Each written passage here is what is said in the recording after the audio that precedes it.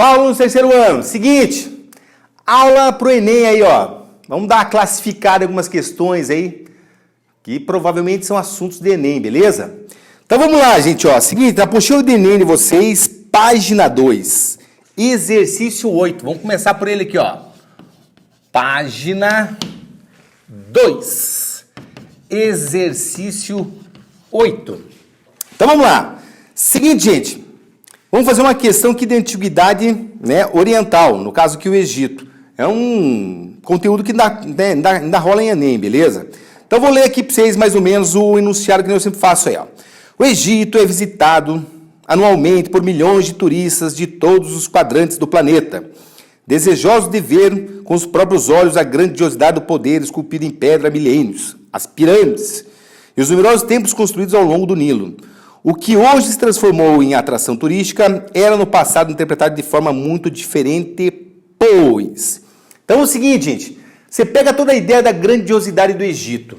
Então, pô, fala-se da grandiosidade do Egito, claro, cara, todo mundo já lembra o quê? Pirâmides. Beleza. Ainda, túmulo.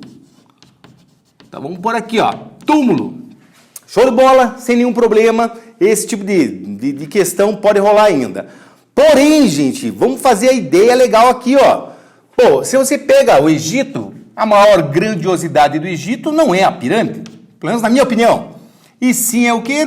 O faraó, ou seja, o faraó, o famoso Deus vivo, a representação do próprio Rei Nilo. E daí, claramente, você vai pegar a ideia aqui, justamente disso, ó, de ser uma monarquia teocrática. Então, tecnicamente, o que vai acontecer aqui, ó? Todo mundo é submisso ao poder do faraó. Os sacerdotes, cara, em nome do faraó, controlam toda a população. Beleza? Então, o modo asiático aqui, ó, a ideia do Estado do faraó construindo obras públicas de irrigação e também o quê? Grandes obras como templos, pirâmides e tudo mais para mostrar a sua grandeza. Beleza? Então, agora vamos ver como é que vai ficar a alternativa aqui, ó, que vai ser a própria A, tá? Ó, interpretado de forma muito diferente, pois significava, entre outros aspectos, o poder que os faraós tinham para escravizar grandes contingentes populacionais que trabalhavam nesses monumentos. Beleza, gente. Essa é a alternativa certa que foi colocada no gabarito lá da questão. Porém, eu quero dar um comentário com vocês aqui, gente, ó. Cuidado com essa ideia de escravo no Egito. Pensem sempre nessa ideia aqui, ó. Tem escravo no Egito? Tem, claro que tem, beleza? Só que tem um probleminha aqui, gente. O escravo no Egito, tecnicamente, não é base, gente, tá? Não é a base da sociedade. Se vocês pegarem lá, por exemplo, pirâmides e outros grandes monumentos construídos no Egito, ó, foram construídos por servos. Então, eles podem vir com essa ideia para vocês aqui, ó, que por ser uma monarquia teocrática, essa ideia de Deus vivo, do faraó no controle e tudo mais, seriam simplesmente o quê? Os servos. Então, tecnicamente, vão ter o quê? Servos aqui na ideia de artesãos, tá? Na ideia de camponeses. Esses é que vão construir o quê? As grandes obras do Egito. Beleza? Então, cuidado com esse negócio, ó. Não é modo asiático que nem vai ser lá na Grécia e Roma. É uma ideia do quê? De servidão. Beleza? Então, eles vão servir ao bem do Egito, do faraó, seja lá do que for. Tranquilo? Agora vamos a uma outra questão aí. Deixa eu ver aqui. É a questão 12. Então, deixa eu pôr aqui, ó. Página 3. Página 3. Exercício 12. Olha lá, esse aqui a gente já pulou lá para a Grécia lá daí, tá? Então eu vou ler aqui um trechinho para vocês aqui do texto aqui. As cidades-estados eram muito diferentes entre si, nas dimensões territoriais, nas riquezas, em suas histórias particulares e nas diferentes soluções obtidas ao longo do século para o conflito de interesses entre seus componentes. Beleza, daí aqui continua o texto aqui, beleza? Aí vem lá, ó. De acordo com o texto, podemos concluir que na Grécia Antiga as cidades-estados. Bem, gente, primeira ideia que vocês nunca podem deixar de ter na cabeça mesmo, ó, para valer, é que lembrou de cidade-estado, ó, já lembre dessa palavrinha aqui, ó, autonomia. Então, olha aqui, ó, a autonomia, ela vai ser política, ela vai ser econômica e, logicamente, o que, ó, ela vai ser também legislativa, ou vou pôr aqui para encurtar, nas leis. Então essa é a ideia básica do quê? Da cidade-estado para vocês. Aí eu vou lendo aqui algumas alternativas. Alternativa A, abrigavam os mesmos ideais democráticos? Não, nem a pau, porque Esparta, ó, Esparta na ideia política deles vai ser o quê? Uma diarquia e uma aristocracia, então não vai ter democracia que nem teve em Atenas. Mantinha um forte equilíbrio de força, uma vez que havia uma cidade centralizadora que controlava a política? Não. Autonomia total, não vai ter um rei da Grécia toda, não. Na antiguidade, pelo menos, não. Beleza? Aí a letra C que acerta. Põe aí, ó, letra C acerta. Ó, tinham como papel, né, como principal característica, serem diferentes entre si, no tamanho e nas suas escolhas políticas, como foi o caso de Atenas e Esparta. Ou seja, diferentes, ó, porque existe a ideia de autonomia. Sempre que vocês pegarem lá, a ideia de uma Grécia unificada é só religiosa e na língua. O restante, esquece, ó. Política autônoma, economia autônoma e leis autônomas também. Beleza? Vou continuar lendo aqui só para poder falar mais um lance para vocês, ó. A letra D. Possuíam a cidadania como um bem maior, em que, independente do número de sua população, todo grego tinha direito de participar dos rumos da cidade. Mesmo na ideia de democracia, ó. Deixa eu dar uma complementar aqui para vocês, ó. Mesmo na ideia de democracia, então deixa eu pôr aqui, democracia, que no caso vai ser Atenas. Atenas, nem todo mundo participava da democracia de Atenas. Então o que acontece? Aqui na democracia, Atenas é somente para cidadão. Cidadão aqui no caso vão ser os homens. Vai excluir mulher, estrangeiro, simplesmente escravo. Tudo isso aí é o quê? Excluído, tá? E daí o que acontece? O conceito de cidadão em Atenas tem que ser homem, preferencialmente com pais atenienses, beleza? Outra ideia da democracia ateniense aqui, ó. Bom, diferente da nossa democracia hoje, ela é uma democracia direta. Então tem as assembleias, bolé, eclésia e tudo mais, e existe uma participação direta do cidadão. Não é como hoje que é uma democracia representativa. Beleza? Então, ó, quando vocês pegarem essa questão 12, ela é uma questão boa já para vocês darem uma revisada nos conteúdos que mais caem, que é a ideia de cidade-estado, a ideia de democracia e a ideia de política. Beleza? Agora vamos para uma outra aí. Vamos para uma outra, já na página seguinte aqui. Deixa eu ver aqui. Página 4. Página 4. Exercício 13. Então vamos lá. Esse aqui o enunciado é curtinho, ó. Na cidade grega antiga, ser cidadão não significava apenas fazer parte de uma entidade nacional, mas também participar de uma vida comum. Aí, ó, tomando por base a afirmativa acima, pode-se compreender corretamente que a vida na polis para o cidadão significava romper com a religião e os mitos, e adotar o modo de vida proposto pelos filósofos e disseminar a filosofia, a democracia para todas as cidades e estados gregas? Não, jamais, ó. É que nem eu coloquei na questão anterior, ó. A ideia de democracia vai ser somente o quê? Em Atenas, autonomia política para todas as outras cidades e quem queira adotar lá, seja lá o que for. Realizar o ideal grego de unificação política? Jamais, ó. Elemento unificador, vou até pôr isso aqui para vocês, ó. Quando vocês pensarem em Grécia, elemento unificador. Aí, deixa eu pôr aqui. Ó, nada mais, nada menos, que nem eu comentei lá para vocês, língua e religião. Por exemplo, se vocês forem dar uma googleada aí, ó, vocês vão ver aquela ideia assim, ó, o sangue. Só cuidado com isso, gente.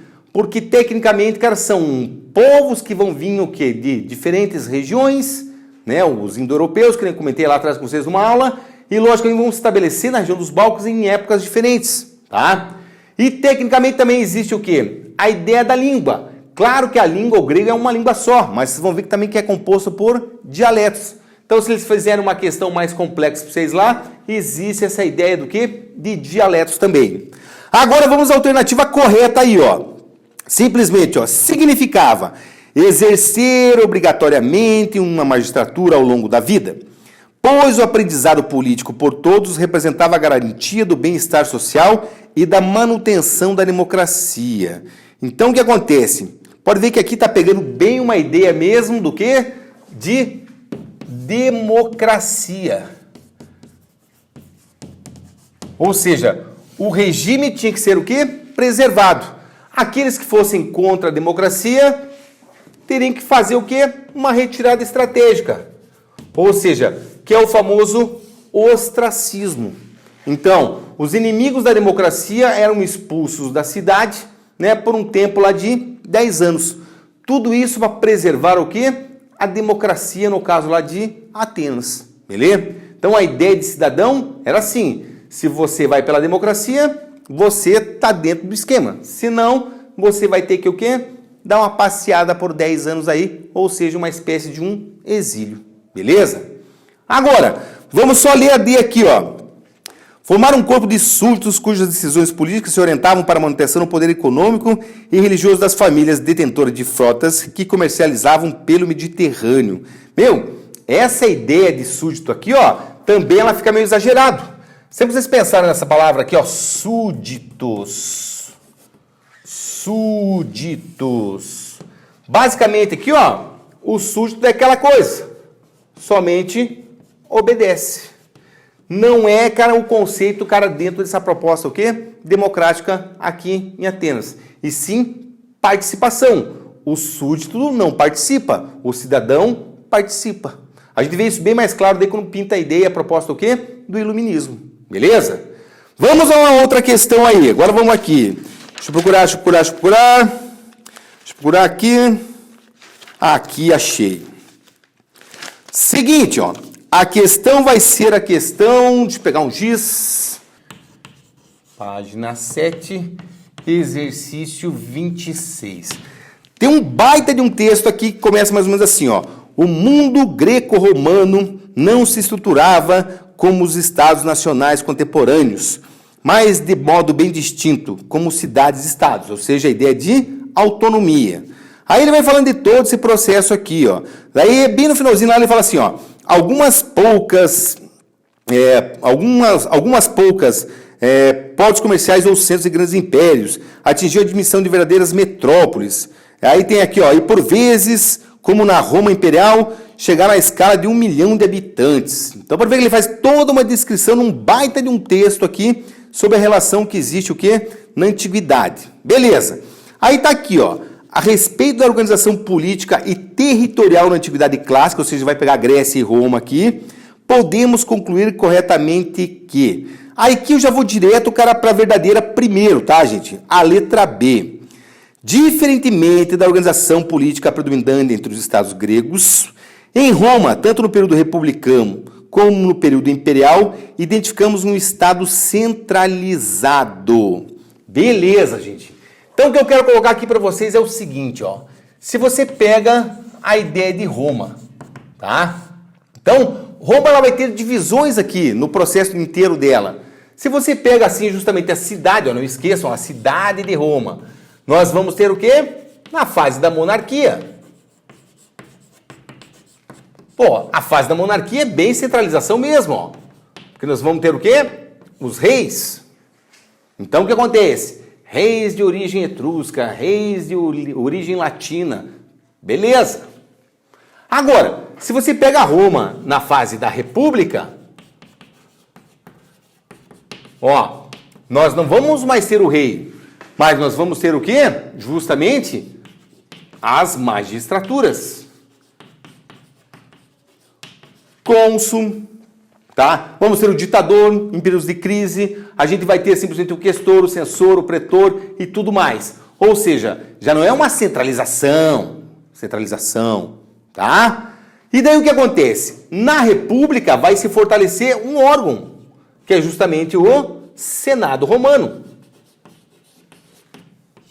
Então pode ver, ó, composto pelos patrícios, depois pelos cavaleiros e tudo mais. Então é o órgão mais importante da magistratura, o quê? Romana. Ainda nós temos o quê, ó? Na própria Roma, nós temos aqui a fase do Império. Não esqueça daquilo que eu falei para vocês lá em aula, gente, ó. O Império ele vai manter as magistraturas, vai manter a ideia de Senado, só que agora vai aparecer o quê? A ideia do imperador. Aí sim, nós vamos ter de novo uma centralização aqui, mas continua com essa estrutura toda aqui. E o imperador, logicamente o quê?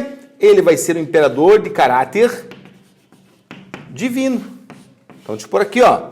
Então, tecnicamente, quando você pega a alternativa aqui, ela é a verdadeira, mas cuidado com isso, ó. Temos uma centralização, nós vamos ter aqui as magistraturas. Claro que existe um cônsul aqui, um cônsul da arma, um cônsul da administração. Nós temos o Senado, tanto aqui como aqui. E daí sim, aqui volta a ter uma centralização novamente.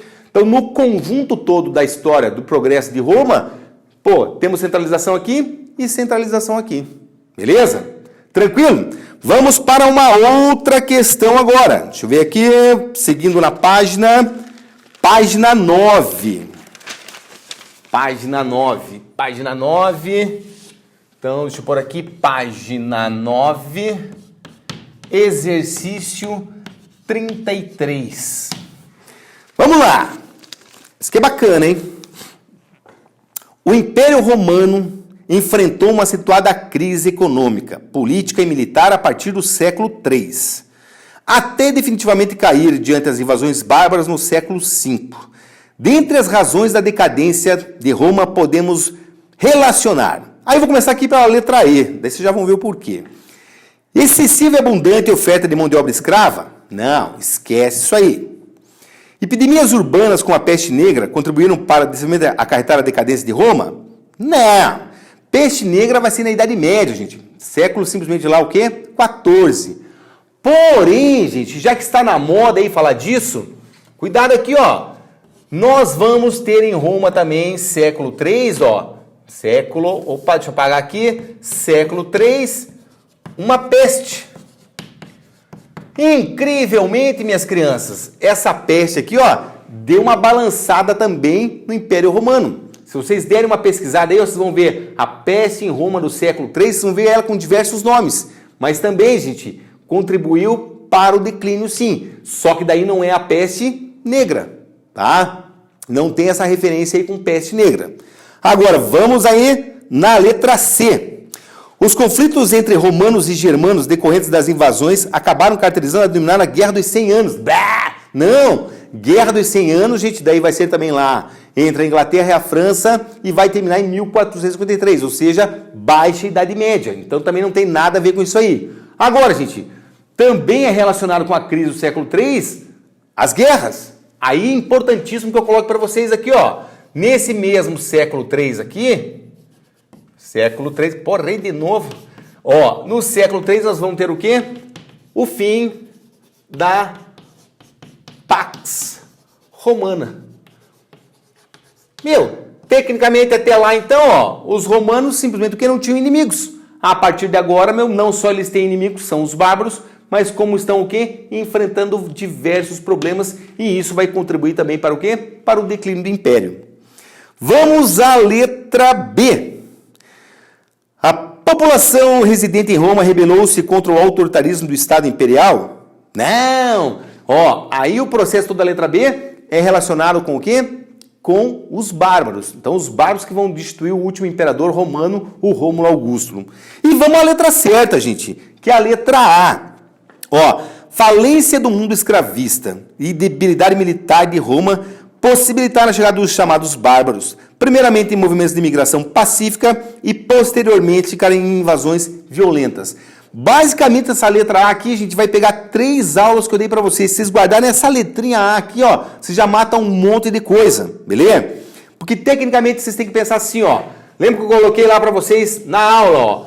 Roma vai declinar no pós-Cristo lá, ó, por causa de uma crise, o quê? Crise do exército. Seguido de uma crise das conquistas. E, logicamente, o que, ó? Seguido de uma crise de escravos seguido de uma crise o quê? Logicamente na agricultura. Ou seja, o mundo romano está se acabando por inteiro. Beleza? Então, gente, da frente A é essa parte aqui. Agora vamos pular lá para a frente B. Aí agora vamos ter que dar uma viajada aqui, uma viajada aqui, uma viajada aqui. Mais e mais e mais. E vamos até a página 27. Exercício 1 mesmo. Então vamos lá. Ó, pela promessa de livrar a humanidade das trevas e trazê-las luzes por meio do conhecimento, esses filósofos foram chamados de iluministas. A sua maneira de pensar foi chamada de iluminismo e o movimento em seu conjunto foi chamado de ilustração. Meu, a ideia aqui é vocês pegar bem esse conceito mesmo, ó. O conceito de ilustração.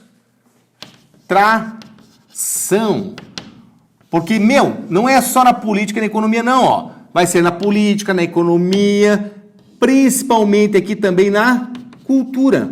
Ou seja, são diversas transformações que vão ocorrer no século XVIII. Beleza? Aí vamos ver aqui, ó. Sobre o iluminismo, assinalem a alternativa incorreta.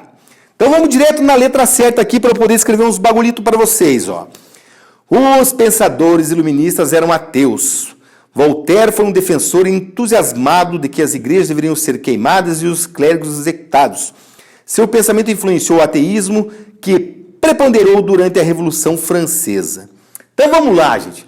Primeiro lance que vocês têm que pensar aqui, ó. Então essa aqui é a incorreta. Aí as corretas eu não vou nem ler para vocês aqui.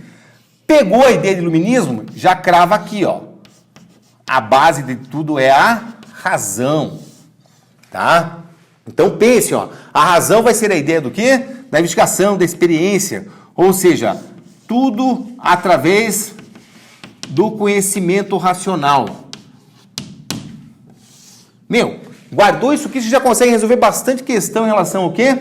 A iluminismo. Principalmente essas questões do Enem, que são uma porcaria aqui, tá, gente? Aí outro esquema, tá aqui, ó, ateus.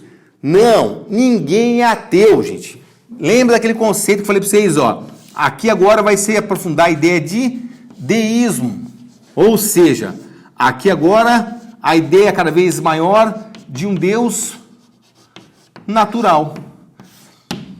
Então aqui o Deus ele não vai punir ninguém, ele não vai simplesmente o que ferrar com ninguém, porque a ideia é justamente o que? É um Deus natural, das coisas naturais, dos acontecimentos naturais. Então, ó, o deísmo não tem nada a ver com o que? O ateísmo, beleza? E para fechar mais um lance aqui para vocês em relação ao iluminismo, claro, não esqueçam, ó, aqui vai surgir justamente o que? A escola do liberalismo. Ou seja, quando você pega a ideia do liberalismo aqui, gente, seja ele político, seja ele econômico, seja ele o que for, a escola liberal vai ser o quê? Pela liberdade individual. Então, liberdade individual, a ideia de propriedade privada, tá? Propriedade privada. E na parte econômica, ó, privada. Principalmente a ideia de livre comércio entre as nações. Beleza? Então, muita atenção nessa questão aí, gente, porque basicamente se você for pegar toda a ideia de iluminismo aqui, ela vai influenciar bastante no século XVIII e até mais ou menos ali o século XIX. Tranquilo? Agora vamos para outra questão que vai ser aqui, deixa eu ver, pula aqui. E vamos aqui na página 31. Bem simples a questão, mas bem bonitinha, ó.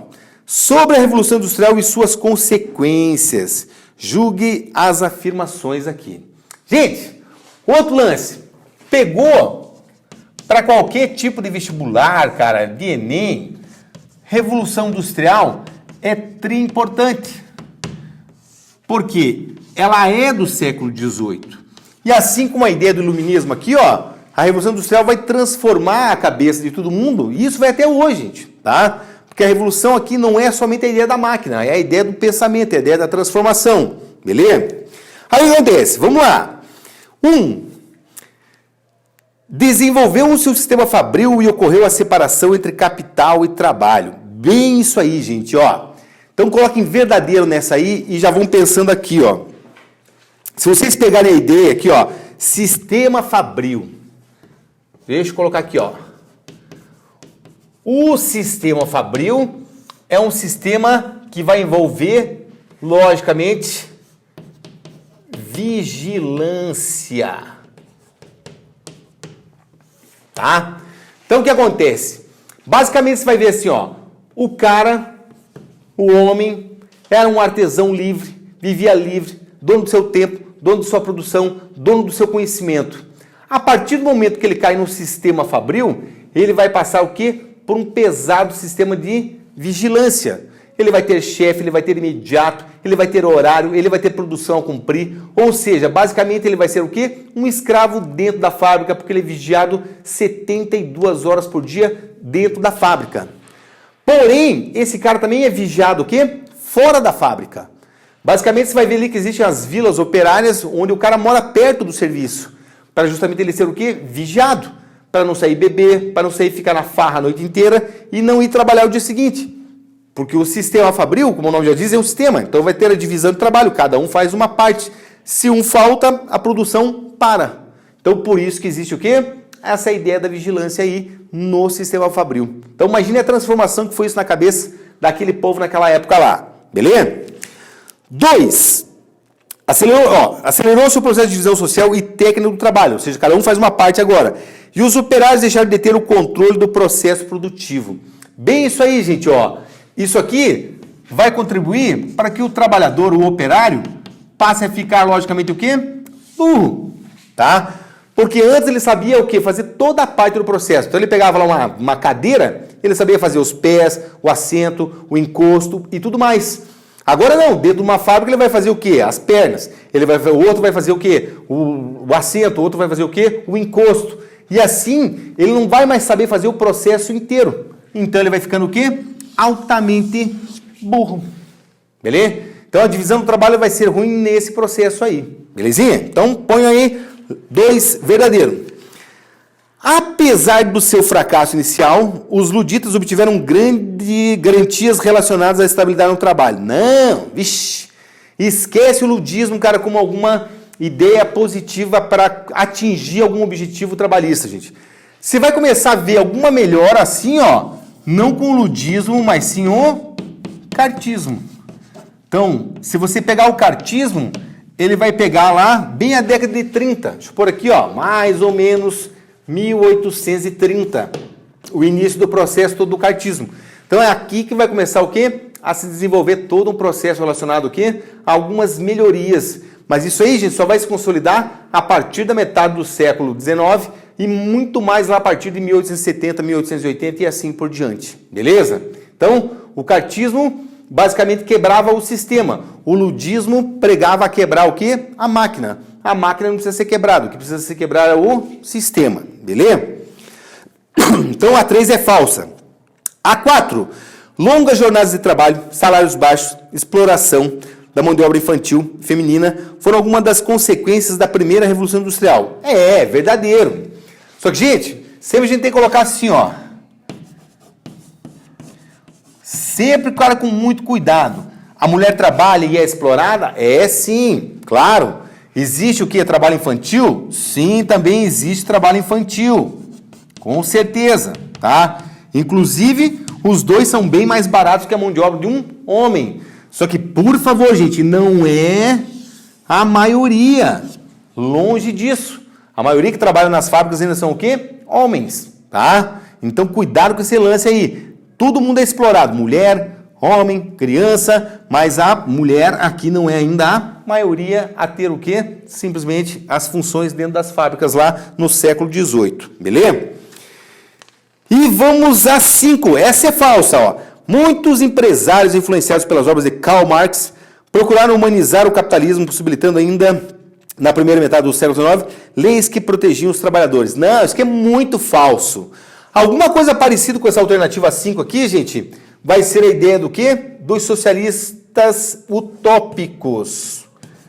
Então, ó, sempre que vocês pegarem essa alternativa 5, ela é falsa, porque os socialistas utópicos, sim, ó, esses aqui tentaram, né, não conseguiram, a ideia de humanizar o capitalismo. Então eles não queriam extinguir o capitalismo, mas sim humanizar o capitalismo. Tivesse uma melhor distribuição, uma melhor ideia, justamente o quê? De relação trabalhadores com os patrões e tudo mais. Beleza? Vamos a uma outra aqui agora, que vai ser aqui, é a última, página 35, exercício 33. Então vamos lá. Ó.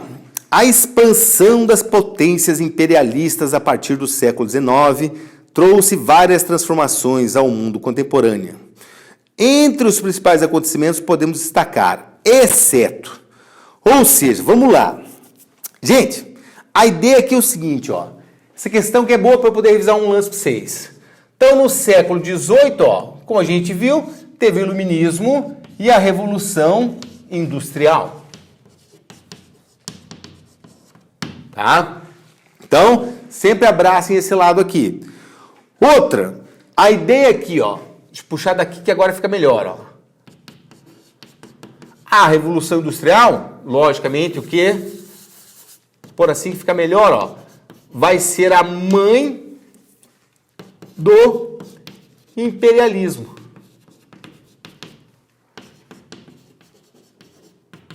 Ó, se vocês pegarem lá na aula, eu falei assim para vocês, o imperialismo é filho da Revolução Industrial. Aqui eu só inverti, ó. A Revolução Industrial é a mãe do imperialismo. Ou seja, a Revolução Industrial vai ser a avó da Primeira Guerra Mundial. Tranquilo? Então toda a doideira do mundo vai se concentrar o quê? Por causa desse processo aqui. Tranquilo? Agora, vamos lá na sequência agora. Exceto, as potências imperialistas, através da neocolonização, conquistaram pontos estratégicos para o estabelecimento de bases militares? Sim. Pô, aqui eu posso colocar uma ideia para vocês, até do Havaí, tá? No caso dos Estados Unidos aí. E lógico que as potências europeias também tinham essa intenção aí. Deixa eu ver aqui. O capitalismo, a partir das conquistas imperialistas, encontrou mercados consumidores de manufaturas, produtores de matérias-primas para seus produtos. Sim, também, verdadeiro. A ideia é assim, ó. Eles querem lá a ideia de mão de obra barata, eles querem mercado consumidor, que é o famoso MC, e eles vão querer o quê? Matéria-prima. Tudo que possa ser o quê? Industrializado, tá? Só, por favor, é mão de obra aqui barata, não é mão de obra escrava, não. Beleza? Aí vamos a C. O conflito bélico iniciado em 1914, conhecido como Segunda Guerra, não, o cara pirou aqui, ó. Primeira Guerra, não Segunda Guerra, foi um reflexo direto das disputas imperialistas por domínio político e econômico. Não, aqui tá errado, então marca essa aí. Essa é o tal do exceto aí, ó, letra C. Gente, o lance é o seguinte, se você pega aqui, ó, a Primeira Guerra, aí sim, ó, a Primeira Guerra, é uma guerra imperialista. Tanto que se vocês pegarem na aula lá, eu coloquei assim para vocês, ó. Choque de imperialismos. Beleza? Choque de imperialismos.